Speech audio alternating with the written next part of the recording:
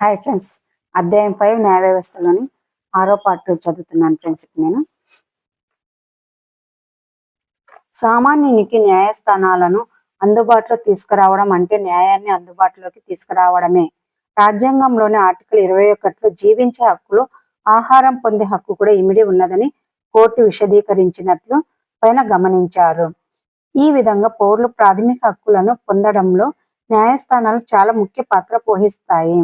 అందువల్ల మధ్యాహ్న భోజనం పథకంతో సహా అందరికీ ఆహారం అందించేందుకు తగిన చర్యలు తీసుకోవాలని ప్రభుత్వాన్ని ఆదేశించింది. అయితే సామాన్యుడు నమ్మకాలకు వ్యతిరేకంగా న్యాయస్థానాల తీర్పులు ఉంటున్నాయని కొన్ని అంశాలలో ప్రజలు నమ్ముతున్నారు.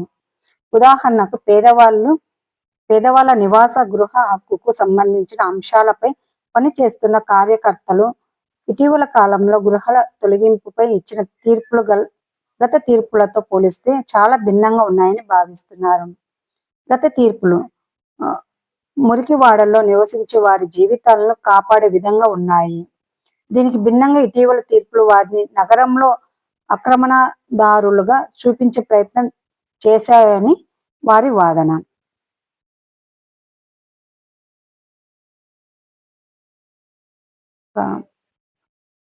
ఓల్గో టెల్లిస్ విఎస్ బాంబే మున్సిపల్ కార్పొరేషన్ తీర్పు జీవన భృతి పొందే హక్కు జీవించే హక్కులో భాగమే ఉంటుంది అని చెప్పడం జరిగింది. ఈ తీర్పులో గల క్రింది అంశాలు పరిశీలించినచో న్యాయమూర్తులు జీవించే హక్కుతో జీవన భృతిని పొందే హక్కును అనుసంధానించిన విధంగా ఆశ్చర్యానికి గురి చేస్తుంది. ఆర్టికల్ 21 ద్వారా అందించబడిన జీవించే హక్కు విస్మృతమైనది. మానవ జీవితం జంతు జీవితం కంటే ఉదాత్తమైనది. అంటే దీని అర్థం ఎవరి ప్రాణాలను హరించము అని కాదు. చట్టం నిర్దేశించిన న్యాయ ప్రక్రియల భాగంగానే ఉరి శిక్ష లేదా మరణ శిక్షను విధించాలి. ఈ ప్రక్రియ ద్వారా తప్ప మరే విధంగానూ ప్రాణాలను హరించరాదు. అది జీవించే హక్కులో ఒక అంశం మాత్రమే. ఆ హక్కులో జీవనోపాధి హక్కు కూడా ఒక ముఖ్యమైన అంశం. ఎందుకంటే జీవించే అవకాశాలు లేకుండా ఏ వ్యక్తి జీవించలేడు. అంటే జీవించడానికి జీవనోపాధి అవకాశాలు ఉండాలి. రోడ్డు ప్రక్కన లేదా మురికి వాడలలో నివసించే ఒక వ్యక్తిని ఖాళీ చేయించడం అతనికి జీవనోపాధి అవకాశం లేకుండా చేస్తుంది. ఇది అందరి విషయంలో వాస్తవం కాకపోవచ్చు. ఈ ప్రస్తుత సందర్భంలో వాస్తవ పరిస్థితులను పరిశీలించినట్లయితే ఈ పిటిషనర్లు మురికి వాడల్లో రోడ్డు ప్రక్కన నివసిస్తున్నారు. వారు అక్కడ ఉంటూ సమీప నగరంలో చిన్న చిన్న పనులు చేసుకుంటున్నారు.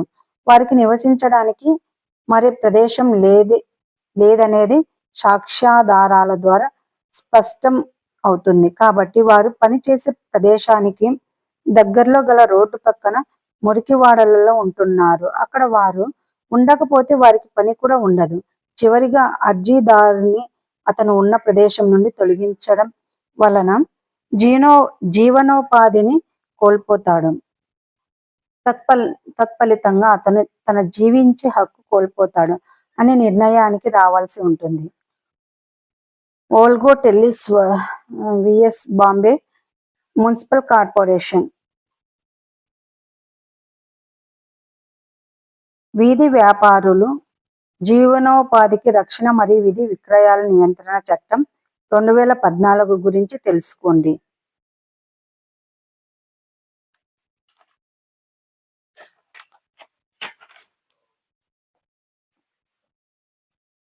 ఒక కేసును విచారించడానికి కోర్టులు చాలా సంవత్సరాలు తీసుకోవడం అనేది సామాన్య వ్యక్తికి న్యాయం అందడంలో ఎదురయ్యేది ఇంకొక ముఖ్యమైన సమస్య. దీనిని ఎత్తి చూపుతూ న్యాయం అందించడం ఆలస్యం కావడం అంటే న్యాయం నిరాకరించడమే అనే పదబంధాన్ని ఉపయోగిస్తూ ఉంటాము. ఏది ఏమైనప్పటికీ పౌరులు ప్రాథమిక హక్కులను కాపాడడంతో పాటు శాసన నిర్మాణ కార్యనిర్వాహక శాఖ అధికారాలను నియంత్రించడం ద్వారా స్వతంత్ర భారతదేశంలో న్యాయ వ్యవస్థ ఒక కీలకమైన పాత్ర పోషిస్తుంది అనడంలో ఎటువంటి సందేహం లేదు.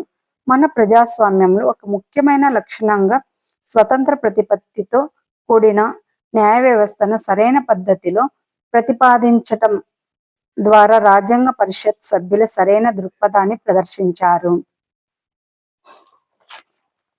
ఇక్కడ ఒక చిత్రం ఉంది కదా, దీని గురించి ఇప్పుడు నేను చదువుతాను. పై చిత్రపటంలో 1987 మే 22వ తేదీన మీరుట్లోని హసింపూర్లో హత్య చేయబడిన 43 మంది ముస్లిం కుటుంబ సభ్యులకు సంబంధించినది.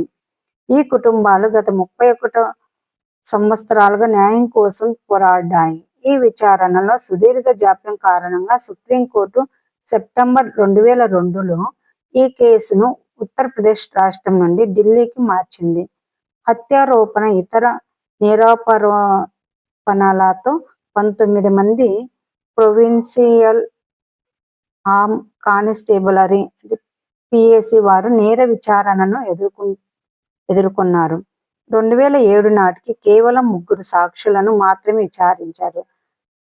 తుదకు ఢిల్లీ హైకోర్టు అక్టోబర్ 31, 2018న నిందితులను దోషులుగా నిర్ధారించింది.